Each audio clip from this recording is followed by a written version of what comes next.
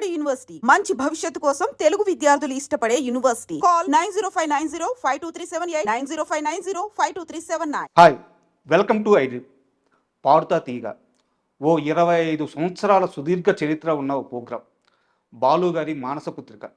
ఇలాంటి ఓ ప్రోగ్రాం మీద గత 2 రోజులుగా అలిగేషన్స్ వస్తున్నాయి. సింగర్ ప్రవిస్త, ఆ అమ్మాయి ఈ ప్రోగ్రాంలో తనకు అవమానాలు ఎదురైనని, తనని తొక్కేశారని, కావాలనే తనని ఎలిమినేట్ చేశారని జడ్జిల పైన, ముఖ్యంగా సునీత గారు, కీరవాణి గారు, చంద్రబోస్ గారు, వీరందరి మీద అలిగేషన్ చేసింది. వీరితో పాటు ఆ ప్రోగ్రాం యొక్క కంపెనీ ఏదైతే ఆ ప్రోగ్రాం నిర్వహిస్తుంటుందో జ్ఞాపిక ఎంటర్టైన్మెంట్స్, వాళ్ళ మీద కూడా అలిగేషన్ చేసింది. అసలు ఈ మొత్తం వ్యవహారంలో ఏం జరుగుతుంది? ఈ నేపథ్యంలోనే సునీత గారు కూడా ఈ విషయం మీద స్పందించారు. అలాగే ఆ కంపెనీ యజమాని అయినటువంటి ప్రవీణ గారు కూడా స్పందించారు. అసలు ఈ మొత్తం వ్యవహారంలో ఏం జరుగుతుంది, అక్కడ ఏమన్నా మనకు తెలియని అంశాలు ఉన్నాయా? ఇలాంటి అన్ని విషయాలను శేఖర్ భాషను అడిగి తెలుసుకుందాం. హాయ్ శేఖర్ గారు. హాయ్ అండి. సార్, ఇప్పుడు పాడుతా తీగ అనగానే మనందరికీ బాలు గారు గుర్తొస్తారు. ఆయన ఆ ప్రోగ్రాం బతికున్నంత కాలం ఆ ప్రోగ్రాంని తన మానసపుత్రికలాగే ట్రీట్ చేశారు. బట్ ఇప్పుడు చూస్తే గత 2 రోజులుగా ఆ ప్రోగ్రాం మీద రకరకాల వార్తలు, రకరకాల అలిగేషన్లు వస్తున్నాయి. అంటే చూస్తుంటే కాస్త బాధగా ఉంది. బట్ అక్కడ నిజాలు ఏంటి అనేది మనకు తెలియదు. మీకున్న ఇన్ఫర్మేషన్ ఏంటి సార్?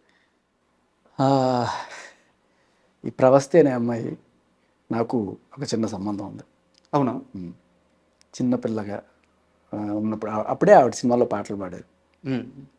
అంటే ముఖపరిచయం లేకపోవచ్చు కానీ ఒక సినిమా ద్వారా మా ఇద్దరికి కనెక్షన్. ఎలా అంటే సంగీతం గారు తీసిన వెల్కమ్ ఒబామా అని ఒక సినిమా వచ్చింది. అవును. దాంట్లో నేను ఒక పాత్ర పోషించాను. దాంట్లో ఒక బొడ్డోడి క్యారెక్టర్ ఉంటుంది. యాక్చువల్గా అది ఎంత సరగసీకి సంబంధించిన సినిమా. సో ఆ బొడ్డోడుని సరగేట్ చేస్తే పుడతాడు. ఇంకా వాడికి సంబంధించిన వాయిస్ కానీ వాడు పాడే ఆ పాటని ఈ ప్రవస్థితో పాడించారు. ఓకే.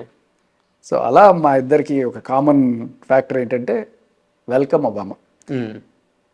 సో ఆ పాటల రికార్డింగ్ అవన్నీ ఉన్నప్పుడు కూడా నేను కొంచెం ఆ స్టూడియోస్ దగ్గరికి వెళ్దామని. బట్ అంత ఆవిడ చెప్పినట్టు, సునీత గారు చెప్పినట్టు అందరూ కూడా నాకు తెలిసిన చాలామంది సింగర్స్తోనే మాట్లాడా ఇది జరిగిన తర్వాత.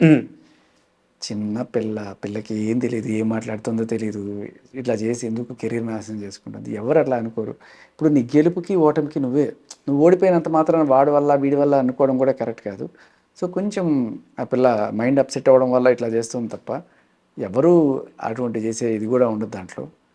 అంత అంటే నేను మాట్లాడిన సింగర్స్ అందరూ కూడా అదే ఒపీనియన్ చెప్పారు. చాలామందితో మాట్లాడాను నేను ఈ విషయంలో.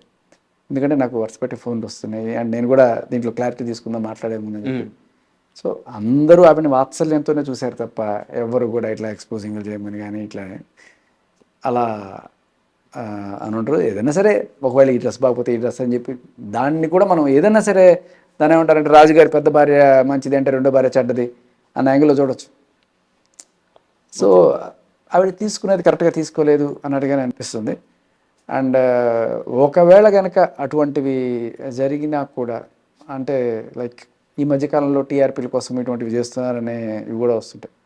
అంటే ఎక్స్పోజింగ్లు ఇవన్నీ కూడా చేస్తేనే ఎక్కువ రేటింగ్లు వస్తాయి అని. బట్ పాడుతా తీయగాకున్న audience base is completely different sir. అది ఒక ట్రెడిషనల్ ప్రోగ్రామ్గా బాలుగారు అవును మానసపుత్రికగా వచ్చిన ప్రోగ్రామ్ అది.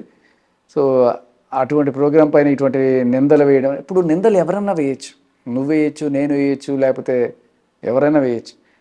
కానీ ఏదైనా సాక్ష్యాలు చూపించకుండా నిందలేస్తేనే ఇది ప్రాబ్లం. అమ్మాయి ఒక్క సాక్ష్యం ఏమైనా చూపించిందా? తనకు జరిగిన పరిస్థితులు ఇవన్నీ చెప్తుంది కానీ చెప్పడమే తప్ప సాక్ష్యాలు ఒక్క సాక్ష్యం కూడా లేకుండా ఇలా జరిగింది అని చెప్పడం. బట్ ఇప్పుడు వాళ్ళు సాక్ష్యాలు చూపిస్తున్నారు. ఇన్ని డ్రెస్సులు వేసింది ఈ అమ్మాయి, ఈ డ్రెస్సులన్నీ చూడండి, ఎక్కడ ఇటువంటి డ్రెస్ మేము వేయించాము అనేది కూడా వాళ్ళు చెప్తున్నారు. అంతేకాకుండా ఇప్పుడు సునీత గారు కూడా క్లారిఫై చెప్పడం జరిగింది. చాలామంది అదే చెప్పారు, చిన్న పిల్ల అమ్మాయికి ఎందుకు ఏదైనా ఒకసారి ఓడిపోతే ఓటమిని తీసుకోవడం నేర్చుకోవాలి, ఎస్పెషల్లీ యూత్. ఇవాళ రేపట్లో ఓటమి నీకు అదేదో పిల్ల జమీందారులో ఒక డైలాగ్ ఉంటుంది, గెలుపుదేముందిరా నిన్ను ప్రపంచానికి పరిచయం చేస్తుంది, ఓడిపోతే ప్రపంచం ఏంటో నీకు పరిచయం అవుతుంది. అలా ఓటమిని తీసుకోవడానికి ఆ ధైర్యం కావాలి. చాలామంది కొంత కుడిపోతూ వాళ్ళు ఉంటారు, తట్టుకోలేరు, ఊరుకుమోత్తనం ఇవన్నీ కూడా ఉంటాయి. లేదు నేను ఓడిపోయింటే వాళ్ళు రాజకీయాలు చేశారు, వీళ్ళు రాజకీయాలు చేశారు, నేను చెప్తున్నాను కదా, నీకు టాలెంట్ ఉంటే ఎప్పుడు ఆపలేడు నేను. ఇది నిజం. అంటే మీరు సింగర్స్తో మాట్లాడాను అని చెప్తున్నారు. అవును. చాలామంది సునీత గారు కానీ వేరే వాళ్ళు ఎవరైనా సరే ఆ అమ్మాయిని చిన్న పాపలాగే ట్రీట్ చేశారు, అవును. వాచలమే చూపించారని చెప్పి మీరు చెప్తున్నారు. బట్ సునీత గారు వీడియో రిలీజ్ చేసినప్పుడు ఆమె ఒక మాట అన్నారు, పాడుతా తీయగా అనే ఒక ప్రోగ్రాం ద్వారా ఎంతోమంది సింగర్స్ వచ్చారు, వాళ్ళందరూ ఇప్పుడు ఒక మంచి పొజిషన్లో ఉన్నారు.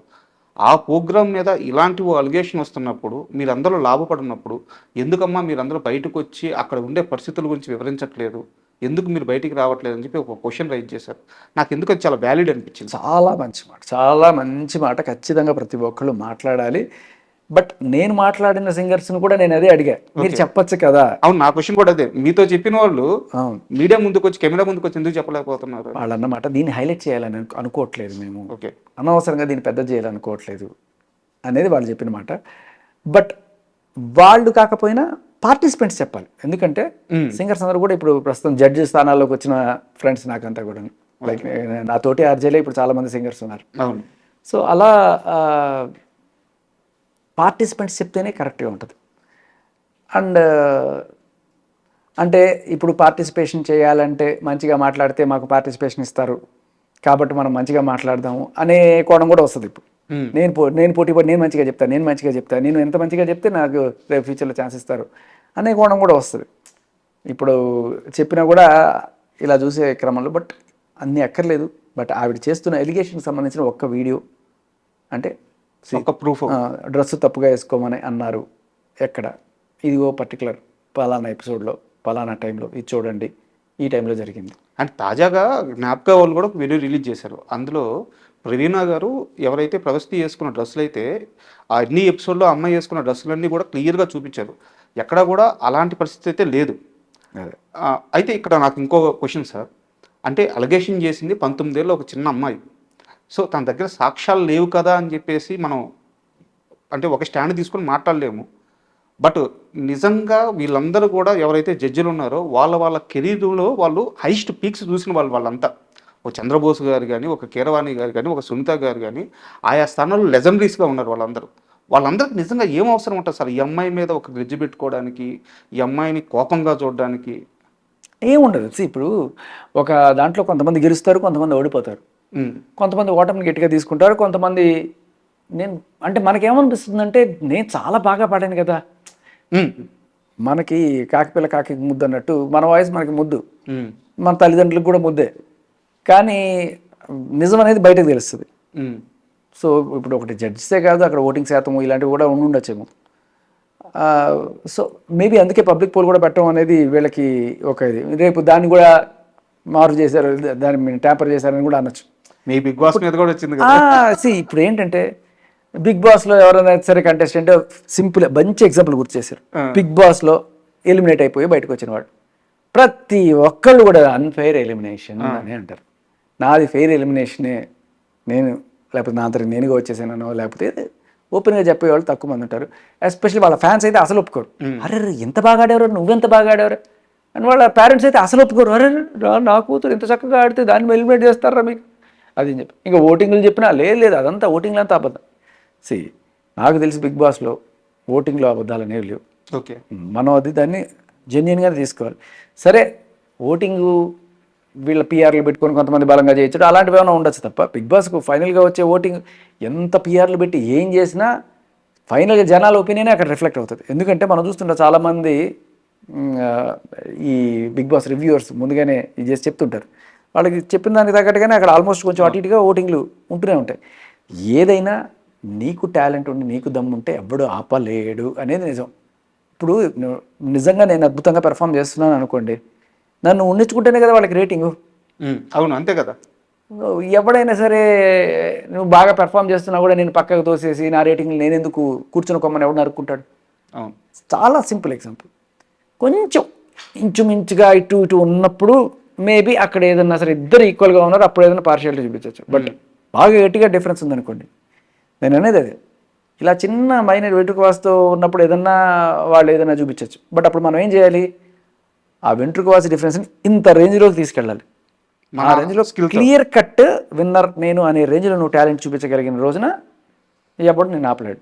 అండ్ ప్రవస్తి చేసిన చాలా ఆరోపణలో ఒక సీరియస్ అలిగేషన్ వచ్చేసి ఎవరైతే సింగర్స్ పెళ్లి ఫంక్షన్స్లో పాటలు పాడుతుంటారో వాళ్ళు నా దృష్టిలో అసలు సింగర్సే కాదు, వాళ్ళు సంగీతాన్ని అవమానిస్తున్నట్టే అని చెప్పి కీరవాణి గారు మాట్లాడారు.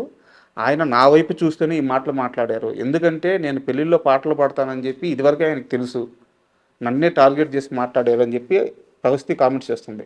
బట్ ఇక్కడ మొత్తం ఇప్పుడు ఇండియాలో కల్లా టాప్ మ్యూజిక్ డైరెక్టర్ అనిరుద్ధ్ కూడా పెళ్లి ఫంక్షన్లో పాటలు పాడుతున్నారు, షోలు చేస్తున్నారు. అంటే అమ్మాయి మీకు ఎలా అర్థమవుతుంది అమ్మాయి అంటే ఆ మాట ఆయన ఆన్ రికార్డ్ అన్నారా? నేను చూడలేదు బేసికల్లీ. అమ్మాయి అన్నారని చెప్పి అమ్మాయి చెప్తుంది. మేబీ చూడాలి, మనం వీడియో చూడాలి. అంటే మేబీ ఇది కూడా ఉండొచ్చు. మీరు గెస్ట్గా వెళ్ళి పాడడం వేరు, లేకపోతే ఇదే మీ హాబీ, ఐ మీన్ ప్రొఫెషన్ చేసుకొని పాడడం కూడా వేరు. ఎవరి అవసరాలు వాళ్ళకుంటాయి. పెళ్లిలో ఆయన చెప్పింది ఏంటంటే అది నా వ్యక్తిగత అభిప్రాయం అని మాత్రం చెప్పారు ఆయన. మేబీ అంటే కీరవాణి గారు బాహుబలి లాంటి బ్లాక్ బస్టర్స్ అందించారు, ఆయన కెరీర్కి ఏమి డోకా లేదు. అండ్ అలాగే పెద్ద పెద్ద సింగర్స్ ఉన్నారు, సునీత్ గారు లాంటి వాళ్ళు, వాళ్ళ కెరీర్స్కి ఏమి డోకా లేదు. శ్రేయా ఘోషల్ లేకపోతే చిత్ర గారు, వాళ్ళ కెరీర్కి ఏంటి, అందరికీ ఛాన్సులు రావు. సరే, కొంతమంది ఛాన్సులు రాక పెళ్ళిళ్ళలో ఉన్నది ఎట్లా పాడుకుంటుంటారు. సో వాళ్ళ అంటే అవకాశము అదృష్టము లేనంత మాత్రాన, ఒకవేళ పెళ్లిలో పాడినంత మాత్రాన వాళ్ళకి ఏదో అవసరం కొద్దీ వాడుతున్నారు. దాన్ని మనం తప్పుగా చూడాల్సిన అవసరం లేదు. నా ఒపీనియన్ అయితే కీరవాణి గారితో నేను విభేదిస్తాను ఈ విషయంలో. ఆయన చెప్పింది కూడా ఇది అందరికీ వర్తించాలని లేదు, ఇది నా వ్యక్తిగత అభిప్రాయం అని మాత్రమే చెప్పారు ఆయన. బట్ ఈ అమ్మాయి ఏంటంటే దాన్ని సీరియస్గా తీసుకుని అది కూడా ఒక అలిగేషన్గా చెప్పింది అనమాట.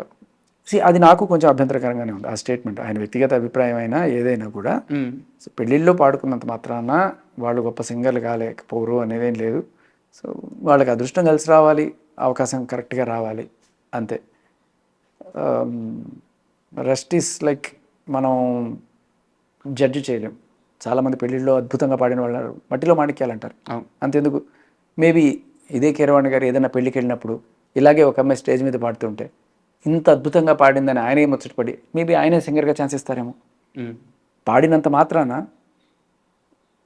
సో పెళ్లిలో పాడినంత మాత్రాన తక్కువ అని కూడా కాదు నా ఉద్దేశం.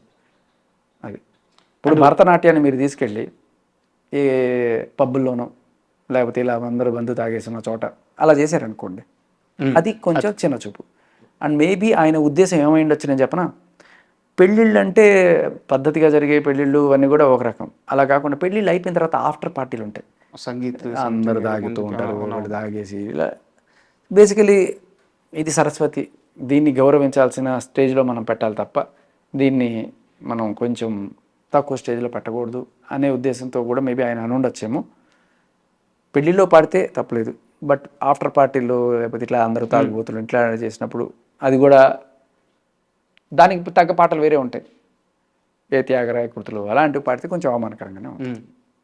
అండ్ ఏది అంటే సమయం సందర్భానికి తగ్గట్టుగానే పాట ఉండాలి.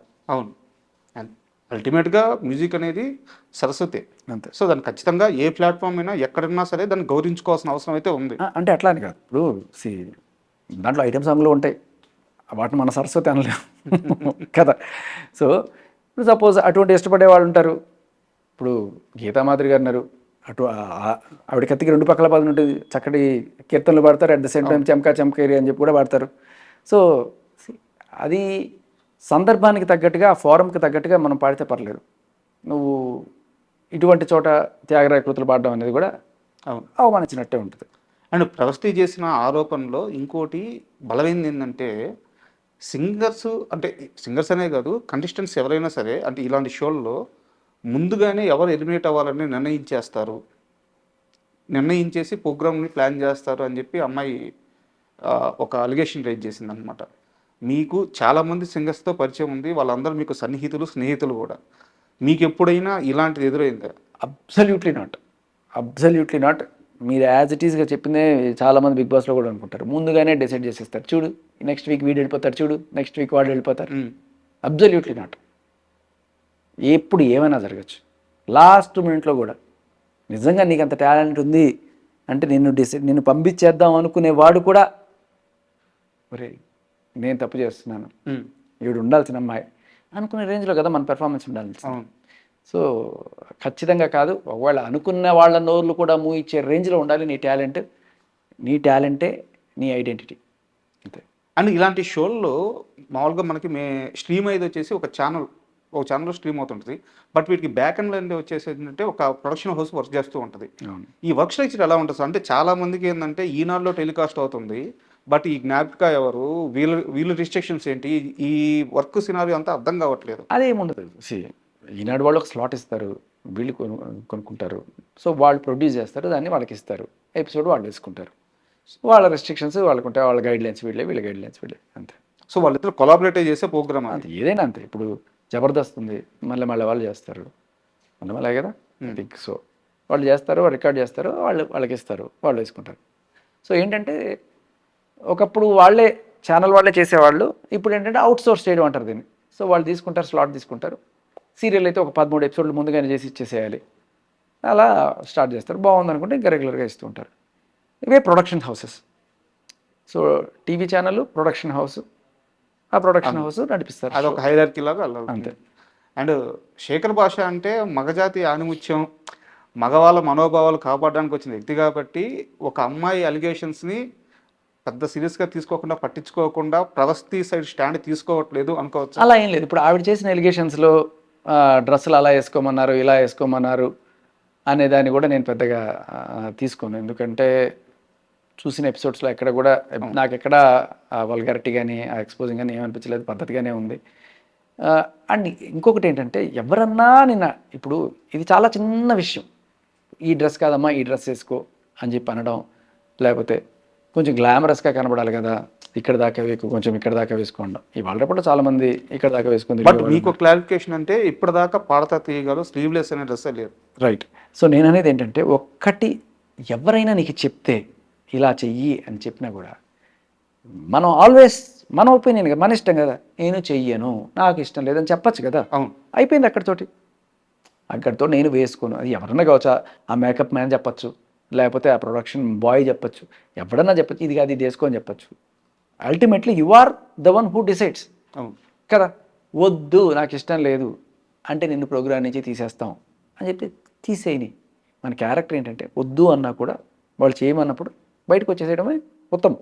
ఇప్పుడు చాలా చోట్ల ఈ కమిట్మెంట్ అనే పదం మీరు వింటుంటారు. ఒక అమ్మాయి ఎక్కడో ఆడిషన్కి వెళ్తుంది, హీరోయిన్ అవ్వాల కళతోటి, అక్కడ కమిట్మెంట్ అందరికీ తెలిసి వాళ్ళ ఓపెన్ సీక్రెట్ ఇది. అడగగానే సరే, ఒకవేళ అమ్మాయికి ఇష్టం లేదంటే ముఖం మీద చెప్పేసి నాకు ఇష్టం లేదు అని చెప్పి, అంతేగాని ఇష్టం లేకపోయినా సరే నేను హీరోయిన్ అవ్వాలనే కాంక్షతోటి అక్కడికి వెళ్ళి ఇదంతా చేసి ఫైనల్గా ఒక రోజున బయటకు వచ్చి ఇదిగో చూసారా, వాళ్ళెవ్వరూ నేను ఇది చేయరు. అంటే వాళ్ళు అడుగుతున్నది రైట్ అని నేను సమర్థించను, కానీ నో అనే చెప్పే ఇది నీ దగ్గర ఉంది, ఆ బుద్ధి ఆ హక్కు నీకుంది. సో నో అని చెప్పినా కూడా వాడు నేను బలవంతంగా అయితే చెప్పు తీసుకొట్టు, కేసు పెట్టు, ఇవన్నీ చెయ్యి. ఇలాంటి దరిద్రులు అడిగేవాళ్ళు ఎక్కడ పట్టినా ఉంటారు. ఆ ప్రొడక్షన్ బాయ్ ఉండొచ్చు, లేకపోతే ఒక కెమెరామ్యాన్ ఉండొచ్చు, ఆర్కెస్ట్రాలో ఒకడు ఎవడన్నా ఉండొచ్చు, ఇలాంటి వాళ్ళు ఎక్కడ పట్టినా ఉంటారు ఇవాళ రేపట్లో. సో అడిగితే మనం ఎలా బిహేవ్ చేయాలి, ఎవరి దగ్గర ఎంత ఉండాలనేది మనం వాళ్ళకి నేర్పించాలి. తెరా అవకాశం మేరారే అని చెప్పి, అలా లేదు అని చెప్పి మనం సరెండర్ అయిపోయి తర్వాత ఏదో రోజు నేను గెలవలేదు అని చెప్పి ఇట్లాంటివి కూడా ఇవ్వడని విషయం కాదు. నేను మామూలుగా చెప్తున్నాను. చాలామంది రెగ్యులర్గా ఫేస్ చేస్తున్న ప్రాబ్లం ఇది. నాకు తెలిసిన చాలామంది అమ్మాయిలు ఇలాగే కళతోటి వచ్చి, అంటే వాళ్ళ ఇంట్లో వాళ్ళ చుట్టుపక్కల వాళ్ళ కొలీగ్స్ లేకపోతే స్టూడెంట్స్ కాలేజీలో ఉన్నప్పుడు, బా నువ్వు హీరోయిన్లా ఉంటావే, ఆ హీరోయిన్ అసలు మేకప్ లేకుండా నువ్వు ఇంత అందంగా ఉంటావు, నువ్వు హీరోయిన్ అవ్వాల్సిందే అది ఇది అని చెప్పి అవును, ఇన్స్టాగ్రామ్లో నేను ఒక ఫోటో పెడితే ఇంతమంది లైక్లు వస్తున్నాయంటే నేను అవుతా బాబు అవుతా అని వస్తారు. వచ్చిన తర్వాత ఇక్కడ హార్డ్ రియాలిటీ కొంతమంది, అందరూ నాకు తెలిసి ఒక 95% ఇలాగే ఉంది దరిద్రం. సో వెళ్ళేటప్పుడు కమిట్మెంట్ అని అనుకున్నాను, ఇంత దరిద్రంగా ఉంటుంది నేను అనుకోలేదు, వచ్చేసింది. ఇంకో చోట దరిద్రం, ఇంకో చోట దరిద్రం, ఇండస్ట్రీ అంతా ఇంతేనమ్మా అనే విషయం ఆవిడికి అర్థమవుతుంది. కొన్ని చోట్ల అడగకుండా మంచిగా మాట్లాడి 2-3 చేసిన తర్వాత మెల్లగా అప్పుడు దూడడం మొదలెడతారు. ఇటువంటి ఏం చూసినా కూడా ఈ దరిద్రం మనం తట్టుకోలేము అనుకొని చెప్పి వెళ్ళిపోయి శుభ్రంగా పెళ్లి చేసుకొని సంసారాలు చేసి పిల్లలు కానీ శుభ్రంగా ఉంటున్న వాళ్ళు నాకు తెలిసి 10ల సంఖ్యలో ఉన్నారు, నాకు తెలిసిన వాళ్ళే. సో వాళ్ళు చెప్పిన తర్వాత మనం ఏం చెప్తాం అంటే మళ్ళీ మనం సబ్జెక్ట్ విషయానికి వస్తే, ఇక్కడ ఇప్పుడు మీరు ఏదైతే మాట్లాడారో నో చెప్పే హక్కు అయితే మనకు ఉంది కదా అని చెప్పి అంటున్నారు. అవును. అదే విషయాన్ని సునీత గారు కానీ ప్రవీణ గారు కానీ వాళ్ళ వీడియోలో ప్రస్తావించారు. అమ్మా నీకు బాడీ షేమింగ్ అని చెప్పి అన్నారు, ఎక్స్పోజింగ్ చేయమని చెప్పి అన్నారు. సునీత గారు అయితే ఈ ఓడి వాడడానికి కూడా చాలా ఇబ్బంది పడ్డారు. ఎందుకంటే నేను నీ తల్లి స్థానంలో ఉన్నాను, చిన్నప్పటి నుంచి నేను ఎత్తుకొని పెంచాను నేను ముద్దాడాను నేను అని చెప్పేసి బాగా ఇబ్బంది పడతానని చెప్పారు. సో ఇలాంటి ఒక సినారియో నీకు ఎదురైనప్పుడు నువ్వు అప్పుడే చెప్పాలి కదా అని చెప్పి వాళ్ళిద్దరూ క్వశ్చన్ చేశారు. బట్ ఇక్కడ ఈ అమ్మాయి నేను చెప్పిన ఆ పాట వెల్కమ్ అబ్బాలో పడినప్పుడు ఆవిడకి 10 ఏళ్ళు కూడా లేవు. నిజమే ఆవిడ చెప్పింది. ఆ స్టేజ్ నుంచి వాళ్ళు చూసిన అమ్మాయిని. బట్ ఈ అమ్మాయి చెప్పేది ఏంటంటే నేను ఆల్రెడీ కాంపిటీషన్లో ఉన్నాను, అప్పటికే నన్ను సరిగ్గా ట్రీట్ చేయట్లేదు, మళ్ళీ ఇలా కంప్లైంట్ రైజ్ చేస్తే ఎక్కడ నన్ను ఇంకా ఎక్కువ తొక్కేస్తారో, ఎక్కడ నన్ను ఇంకా దారుణంగా ఎలిమినేట్ చేస్తారో భయపడి నేను అప్పుడు నోరు తెరవలేదు అంటుంది అమ్మాయి. అంటే ఆ అమ్మాయి సిచ్యువేషన్ చెప్పేదానికి వీళ్ళు అడిగేదానికి రెండు మ్యాచ్ అవ్వట్లేదు అనమాట. అప్పుడు నేను ఆ పరిస్థితిలో ఉన్నాను కాబట్టి చెప్పలేదు అంటుంది, బట్ వీళ్ళేమో అప్పుడే చెప్పొచ్చు కదా అంటున్నారు.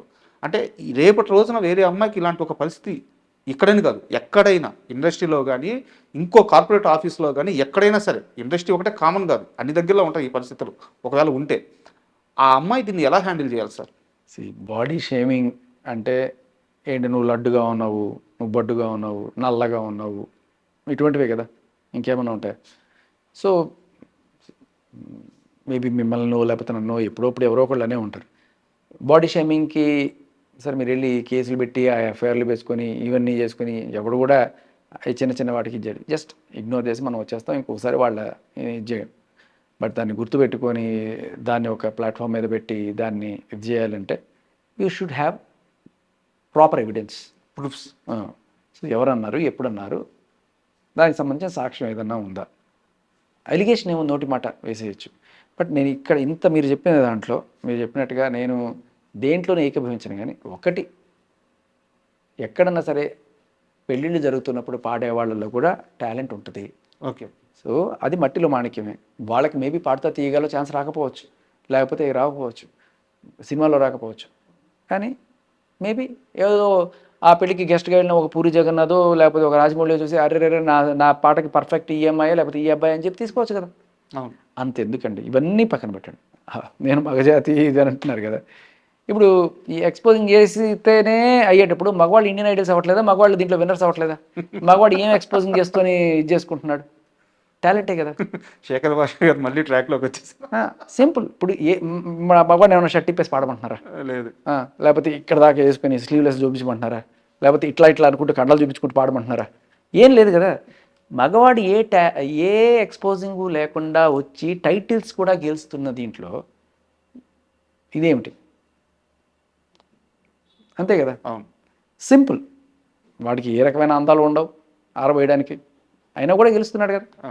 టాలెంట్ ఉంటే ఆడ మగ తేడా లేదు, అంతే. ఎక్స్పోజింగ్ ఏమీ అవసరం లేదని దానికి ఇంతకన్నా పెద్ద నిదర్శనం అవసరం లేదు. మగాడు గెలుస్తున్నాడు టైటిల్స్ అంటే. అండ్ ఈ టాపిక్ కాస్త పక్కన పెడితే, అంటే దీనికి సంబంధం ఉన్న విషయం ఒకటి అడుగుతాను. మీకు చాలామంది సింగర్స్ తెలుసు, అండ్ వాళ్ళ లైఫ్ స్టైల్ ఎలా ఉంటుందో కూడా తెలుసు. సింగింగ్ని కెరీర్గా ఎంచుకున్న వాళ్ళు ఎవ్వరు ఈ రోజు వరకు, అంటే టాప్ రేంజ్లో ఉన్న ఆ నలుగురు ముగ్గురు తప్పించేసి ఎవ్వరూ కూడా కెరీర్లో సూపర్గా సెటిల్ అవ్వలేదు. సెటిల్ మీన్స్ నా ఉద్దేశం ఏంటంటే ఫైనాన్షియల్గా. అయ్యో బ్రహ్మాండంగా సెటిల్ అయ్యారండి మీరు. ఏమనుకున్నారు బ్రహ్మాండంగా అంటే? సెటిల్మెంట్ అంటే సరే వాడు ₹1,00,00,000 సంపాదిస్తారంటే 100 కోట్లు సంపాదించలేదండి అంటారు మీరు. సరే వాడు 100 కోట్లు సంపాదించంటే 1000 కోట్లు సంపాదించలేదు. సెటిల్మెంట్ అనేది మన జస్ట్ స్టేటస్. నేను సంపాదించే చిరుద్యోగిని ఎంతో నేను సంపాదించుకున్న దాంట్లో నేను తృప్తిగా ఉన్నాను, ఐఎమ్ సెటిల్. అంటే ఐ మీన్ బయట షోలు చేసి సంపాదించడం వేరు, సినిమాల్లో పాట పాడినప్పుడు వాళ్ళకి వచ్చే రెమ్యూనరేషన్స్ చాలా తక్కువ ఉంటున్నాయి అని చెప్పి ఒక వాదన అయితే ఉంది. అసలు రెమ్యూనరేషన్ అక్కర్లేదు కూడా నేను చెప్తా. ఓకే, ఇది నీ ఐడి, నీ బ్రాండ్. ఇది సినిమాలో నువ్వు ఇప్పుడు దేవిశ్రీ ప్రసాద్ గారి సినిమాలో ఒక పాట పాడావు, నెక్స్ట్ లెవెల్లో ఉంటుంది నీకు బయట మార్కెట్.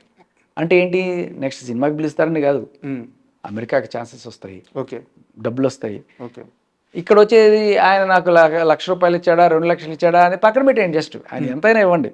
ఇప్పుడు బిగ్ బాస్లో మీరు నన్ను పిలిచినప్పుడు నాకు వాళ్ళు ₹1,00,000 ఇచ్చారా 2,00,000 ఇచ్చారా నేను చూడండి, that's the biggest platform.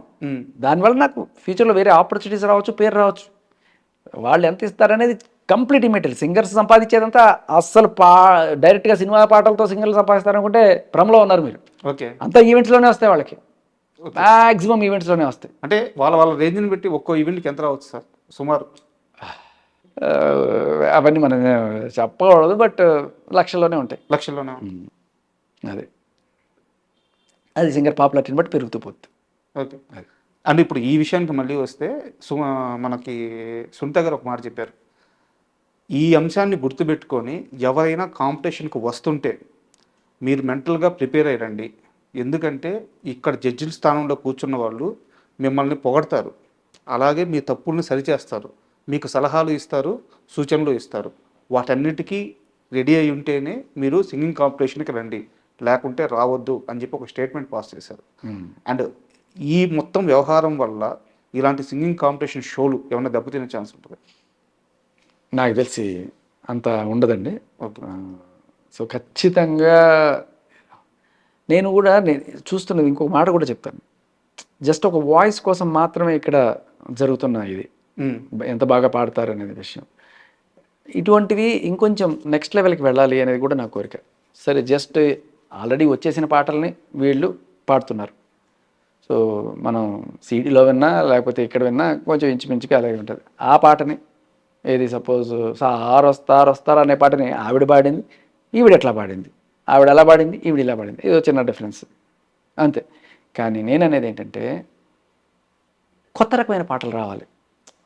For example ఇట్లే కొత్త పాటలు ఎలా అంటే వాళ్ళే బాండి కట్టి వాళ్ళే లిరిక్ రాసి అక్కడే వాళ్ళు ఒక టీం పెట్టుకొని ఆర్కెస్ట్రా పెట్టుకొని ఒక బ్యాండ్ లాగా పెర్ఫామ్ చేసి ఈ మధ్యకాలంలో బాలీవుడ్లో ఆల్రెడీ ఎస్ ఉన్నట్టున్నాయి. ఇప్పుడు నేను ఇచ్చే సజెషన్ కూడా సింగర్లకి కొదవలేదండి. ఓకే. వందల వేల మంది సింగర్లు ఉన్నారు. ఆడవాళ్ళలో ఇంకా ఎక్కువ కాంపిటీషన్, మగాళ్ళ కన్నా సింగర్లు ఆడవాళ్ళలోనే ఎక్కువ ఉన్నారు. సో ఈ కాంపిటీషన్ మీరు నిలబడాలి అంటే మీ అంతటికి మీరుగా సొంతంగా కంపోజ్ చేయడం, సొంతంగా పాటలు క్రియేట్ చేసి మీ యూట్యూబ్ ఛానల్స్లో పెడితే ఒక్కటి క్లిక్ అయితే చాలు కదా. బుల్లెట్ బండి ఎవరు చేశారండి? కీరవాణి గారు చేశారా లేకపోతే ఏఆర్ రెహమాన్ చేశారా? ఎంత హిట్ అయింది. అవును. సో మన మంగ్లీ గారు చేసే పాటలు కావచ్చు, ఇవన్నీ కూడా రేలారే రేలారే ఇటువంటి ఎన్నో పాటలు, జానపదాలు కావచ్చు, మీ సొంతంగా కంపోజ్ చేయండి. ఆపేది ఎవడు మిమ్మల్ని? ఎవ్వడు ఆపడు. అది అసలు టాలెంట్ అంటే. వచ్చిన పాటని తూచా తప్పకుండా శృతిలో పాడావా, ఇక్కడ ఒక స్వరం మారిందా, దట్ ఈస్ సంథింగ్. సరే, ఇది పాడుతా తీయగా దానికి ఉద్దేశించిన ప్రోగ్రామే కాబట్టి మీరు అంతవరకు నేను సింగర్గా మాత్రమే అనుకుంటే మాత్రం ఇవే పాడుకుంటూ మాకు అవకాశాలు వస్తాయి అనుకుంటే పొరపాటు. మీరు యూట్యూబ్ ఛానల్ అనేది ఇప్పుడు ఉంది, ఇన్స్టాగ్రామ్స్ అనేవి ఉన్నాయి, మీ సొంతంగా పాడి దాన్ని పెట్టండి. ఈ మధ్యకాలంలో అమ్మత్త పాతియే ఆ పత్తి తేనా అని ఒకటి వచ్చింది. దానికి మొన్న ఎవరో రాశారు, ఎలక్షన్లో ఈ పాటలు ఎట్లా పాడతారు విన్నారా? వెనకాల అన్నయ్య ఫోటో ఒకటి పెట్టుకున్నారు. అన్నయ్య పార్టీకి నే ఓటు వేస్తున్నా, ఆ పార్టీలో నే చేరిపోతున్నా, అన్నయ్య పార్టీదే నే జెండా మోస్తున్నా, ఆ పార్టీలో నేను ఇంకా ఉండిపోతా పడుతున్నాడు. అవునవును. సో టాలెంట్కి హద్దు లేదండి. ఇవాళ ఇన్స్టాగ్రామ్లో మీ క్రియేటివిటీ చూపించుకోవడానికి పాడుతా తీగ ప్లాట్ఫామ్ ఒక్కటే కాదు, బోల్డ్ ఉన్నాయి. వాళ్ళని వెళ్ళి నిందించాల్సిన పని లేదు. అది మీకు టాలెంట్ ఉంటే మీ యూట్యూబ్లో మీ ఇన్స్టాగ్రామ్లో పెట్టండి. ఇప్పుడు కాంట్రవర్సీ పుణ్యమా అని మీరు చాలామందికి తెలిసిపోయారు. ఇప్పుడు చాలామందికి ప్రవస్తి అంటే తెలియని వాళ్ళకి కూడా ఇవాళ ప్రవస్తి అంటే తెలుసు. అట్లీస్ట్ ఇది కూడా మీకు మంచిగా జరిగింది అనుకుందాం. మీకు ఇప్పుడు ఫాలోయింగ్ పెరుగుతుంది, మీరు ఎవరు అనేది చూస్తారు. ఇప్పుడు మీరు పెట్టండి మీ టాలెంట్, ఒకటి చేసి పెట్టండి, ఒక మంచి పాట పెట్టండి. ఓకే. అంటే ఈ విషయంలో నాకు ఒక 2 డౌట్లు ఉన్నాయి. ఫైనల్గా 2 క్వశ్చన్స్ అవి. ఇప్పుడు ఈ అమ్మాయి ఇలా కెమెరా ముందుకు వచ్చి మీడియా ముందుకు వచ్చి తనకి ఎదురైన అనుభవాలు ఇవి అని, సో ఇలా ఓపెన్ అయిన తరువాత ఈ అమ్మాయికి ఒక ఇండస్ట్రీ నుంచి కానీ లేదంటే ఒక షోల నుంచి కానీ ఎలాంటి అవకాశాలు వస్తాయి? తగ్గుతాయి, ఖచ్చితంగా తగ్గుతాయి. అదే దాంట్లో డౌట్ లేదు. ఎందుకంటే నేను మాట్లాడిన వాళ్ళందరూ కూడా ఎందుకు ఈ అమ్మాయి అనవసరంగా పాడు చేసుకుంటుంది ఈ టైంలో. ఇప్పుడు రేపు అవకాశం ఇచ్చిన తర్వాత కూడా ఇటువంటి కంప్లైంట్ చేసే మెంటాలిటీ ఉంటే అపార్థాలు చేసుకొని కూడా కంప్లైంట్ చేయొచ్చు. ఎగ్జాక్ట్లీ. సో ఎందుకు రిస్క్ అనుకునే వాళ్ళే ఎక్కువ మంది ఉంటారు, ఛాన్స్ ఎక్కువ తీసుకోరు. మేమే అంతంత మాత్రంగా కష్టపడుతుంటే చాకిరీ అనే వర్డ్ కూడా పాడినట్టుంది ఆవిడ, మీరు గమనించారు. చాకిరీ అంటే ఇష్టంగా చేసే పని అండి. మీరు దాన్ని ఏదో మా ఇంట్లో అంట్లు తోము, మా ఇంట్లో బట్టలు ఉతుకు అని చెప్పినట్టుగా భావించడం కాదు. సో చాకరీ అంటే మీరు సంగీతం కోసం పెట్టి ఇప్పుడు ఒక పాట కంపోజిషన్ పొద్దున్నుంచి అక్కడ సాయంత్రం దాకా అక్కడ కూర్చొని ఆ పాట కోరస్లు కానీ లేకపోతే వాయిస్లు ఇస్తున్నప్పుడు మీరు నిజంగా ఒక ఎంజాయ్ చేస్తారు ఆ సంగీతాన్ని. ఆ ఎంజాయ్మెంట్ మీరు చేస్తున్నప్పుడు ఆటోమేటిక్గా మీ ఇది డెవలప్ అవుతుంది. దాన్ని చాకరీ అని ఆయన వాడుంటారు. దాన్ని కూడా మీరు వేరే రకంగా అర్థం చేస్తారు. మిస్అండర్స్టాండ్ చేసుకోవడానికి ఏముంది? కీరవాణి గారి విషయంలోనే అమ్మాయి అవార్డు వాడింది అనమాట. ఫస్ట్ వచ్చిన వారికి ఒక 1 lakh రూపీస్, సెకండ్ వచ్చిన వారికి ఇలా ఇలా ఇలా ఇలా ప్రైజ్ మనీ ఇస్తాను అని చెప్పి కీరవాణి గారు చెప్తూ 5th పొజిషన్లో వచ్చిన వారికి రోజు నాతో పాటు ఆర్కెస్ట్రా అంటే నాతో పాటు మ్యూజిక్ సిట్టింగ్స్కి వచ్చేవాళ్ళు కొంతమంది చాకరీ చేస్తుంటారు, వాళ్ళ దాంట్లో చేర్చుకుంటాను అని చెప్పారు. బట్ మీరు అన్నట్టు ఏంటంటే చాకరీ మీన్స్ ఏంటంటే ఆ వృత్తి, ఆ సంగీతం మనకి ఇష్టమైనప్పుడు దానికోసం రోజంతా పడే శ్రమ కూడా చాకరీ. అంతే. ఇప్పుడు మనం షూటింగ్స్కి వెళ్తుంటాం సార్. చాకరీ అంటే ఆయన ఇంట్లో ఏం అంటూ తోచట్లేదు కదా ఆయన. అది మనం షూటింగ్స్కి వెళ్తుంటాము, పెద్ద పెద్ద కొండల మీద షాట్ పెడతారు. కెమెరామ్యాన్లు ఆ పెద్ద పెద్ద కెమెరాలు వేసుకొని ఆ స్టాండ్స్ పట్టుకొని ఆనందంగా ఎక్కుతుంటారు వాళ్ళు. అది వాళ్ళకి చాకరీ చేస్తున్నట్టు కదా. ఆ ఫీల్ని, ఆ ఆర్ట్ని వాళ్ళు ఆస్వాదిస్తున్నారు. మేబీ మీరు చెప్పింది కరెక్ట్ అయి ఉండొచ్చు. ఎందుకంటే అంత పెద్ద అయిన చాకరీ అనే ఓడు వాడాడంటే ఇటువరకు అంటే ఒకప్పుడు గురుకులంస్లో ఎలా ఉంటుంది, ఇప్పుడంటే స్కూళ్ళు ఈ చదువులు వచ్చేసినాయి. గురువు దగ్గర విద్య నేర్చుకోవాలనుకుంటే ఆయనకి ఎంత సేవలు చేసి ఎంత ఇది చేస్తారు. నిజంగానే చేస్తారు వాళ్ళు. ఆయన గురువుగారి బట్టలు ఉతుకుతారు, గురుగారి ఇంట్లో వంటలు చేస్తారు, ఇవన్నీ చేస్తారు పిల్లలు. అది నిజంగా అది కూడా తప్పు కాదు. ఎందుకంటే ఒక గురుస్థానంలో ఆయన మనకు నేర్పిస్తున్నప్పుడు ఆయన కోసం మనం చేయడం తప్పు కాదు. నేను సంగీతం లేకపోతే నేను విలువిద్య నేర్చుకోవడానికి వచ్చాను, అది మాత్రం నేర్చుకుంటానని చెప్పి పాండవులు లేకపోతే కౌరులు ద్రోణాచార్య దగ్గరికి వచ్చినప్పుడు అన్ని గురువు అంటే అంత భక్తి, దాంతో సేవలు చేస్తారు దాంట్లో. కానీ ఇక్కడ ఆయన ఉద్దేశించింది కూడా అది కూడా కాదు, కేవలం సంగీత చాకరీ మాత్రమే, అంతే. అండ్ ఫైనల్గా నా క్వశ్చన్ వచ్చేసి, ఇప్పుడు మీకు చాలామంది సింగర్స్ తెలుసు కాబట్టి ఆ సింగింగ్ వరల్డ్లో మీకు ఇప్పుడు మన తెలుగులో ఉన్న ఈ సింగర్స్ అందరూ ఎక్కువ మంది ఇప్పుడు ఈ అమ్మాయికి సపోర్ట్ చేస్తున్నారా, లేకుంటే ఈ పాడుతా తీగ షోలో ఎవరైతే జడ్జిలు ఉన్నారో వాళ్ళకి సపోర్ట్ చేస్తున్నారో? మీకు ఇన్నర్గా ఉన్న ఇన్ఫర్మేషన్ ప్రకారం చెప్పండి. నేను కనీసం ఒక 6 మందితో మాట్లాడుంటాను ఇవాళ. ఓకే. ఎవ్వరు కూడా ఆ అమ్మాయిని తప్పు పట్టట్లేదు, కానీ ఒకటే మాట అన్నారు, చిన్నపిల్ల ఏం చేస్తుందో తెలియట్లేదు, తెలియకుండా చేసుకుంటుంది, అనవసరంగా కెరీర్ నాశనం చేసుకుంటుంది. ఎవ్వరికి అటువంటి ఉద్దేశాలు లేవు. అమ్మాయి ఎందుకు అలా అనుకుంటుంది అని మాకు ఓడిపోయినంత మాత్రాన ఇంత నిందలేయాల్సిన పని కూడా లేదు. ఓటమిని స్పోర్టివ్గా తీసుకోవడం నేర్చుకోవాలి అనేది మాత్రమే నేను విన్నా, అంతే. అందరూ ఇప్పుడు సునీత గారు కానీ రవీనా గారు కానీ వాళ్ళు కూడా వాళ్ళ వీడియోలో అమ్మాయిని ఏం అనట్లేదు. తల్లి, నువ్వు చిన్నపిల్లవి, ఈ విధంగా నువ్వు తీసుకోలేకపోతున్నావు ఓటమిని, కొంచెం మైండ్ సెట్ మార్చుకో అమ్మా, ఓటమి గెలుపు అనేది సహజంగా ఉంటుంది, అది మన స్కిల్ ప్రకారం నిర్ణయించబడుద్ది అని చెప్పి చెప్తున్నారు. అంతే అబ్సల్యూట్ ట్రూ. సో అందరూ ఇదే చెప్పారు, నాకు తెలిసి వేరే సెకండ్ ఒపీనియన్ ఏం లేదు. బట్ కొంతమంది కాలర్స్ వీళ్ళందరూ కూడా ఇలాంటివి జరుగుతూనే ఉంటాయిలే ఇండస్ట్రీలో ఇంకా అనేవాళ్ళు అంటూనే ఉంటారు. కానీ నేనైతే ఒక్క మాటతో మాత్రమే విభేదిస్తున్నాను. ఇంత ఈవిడ చెప్పిన దాంట్లో ఒకవేళ ఆన్ రికార్డు ఉంటే మాత్రం పెళ్ళిళ్ళలో పాడే వాళ్ళలో కూడా మంచి సింగర్స్ ఉంటారు, దాంట్లో ఎటువంటి డౌట్ లేదు. అండ్ పాడినంత మాత్రాన వాళ్ళని మనం తక్కువ చేయలేము. ఇది ఒక్కటే నేను విభేదిస్తున్నాను, మిగతా అంతా. ఫైనల్గా ఒక క్వశ్చన్ సార్, ఒకవేళ బాలు గారు కానీ ఉండుంటే ఈరోజు ఇలాంటి ఒక షో మీద సార్, బాలు గారు మాట చెప్పారు కాబట్టి ఒక మాట చెప్తారు. బాలు గారు ఎన్నిసార్లు ఆయన లావుగా ఉన్నాను, నేను పట్టలేకపోయాను ఎన్ని జోకులు వేసుకుంటారు. బాడీ షేమింగే కదా అది కూడా. అవును. మనం దాన్ని స్పోర్టివ్గా తీసుకోవడం, మన మీద మనం జోకులు వేసుకోవడం కావచ్చు, లేకపోతే ఆయన ఒకవేళ ఏంటి ఇంత లావుగా ఉన్నావు అని చెప్పి ఆయన అన్నవాళ్ళు కూడా ఉండుంటారు. 6 ప్యాక్ అనుకుంటున్నావు నువ్వు, ఫ్యామిలీ ప్యాక్, ఇలాంటివి ఎన్నో స్పోర్టివ్గా తీసుకోవడం అనేది ఇంపార్టెంట్. ప్రతి దాన్ని కూడా ఈకల్ పీకి, కోడిగుడ్డికి ఈకల్ పీకి మనం చూస్తే ప్రతి దాంట్లో కూడా మనకి తప్పులు కనబడతాయి. అది అంటే ఎందుకు అడిగానంటే, ఈ ఇష్యూ వచ్చిన తర్వాత చాలామంది బాలు గారి అభిమానులు వాళ్ళు చాలా పర్సనల్గా తీసుకుంటున్నారు, చాలా బాధపడుతున్నారు. ఎందుకంటే పాడుతా తీగ అనేది కొన్ని కుటుంబాల్లో అయితే అదొక షో కాదు, ఒక దైవ ప్రార్థన లాగా అలాగే చూస్తుంది. ఈ రోజుకి అలా ఉంది పాడుతా తీగ అనేది. ఖచ్చితంగా అదొక చరిత్ర. దాని మీద అలాంటి అలిగేషన్ రావడం చాలా మంది.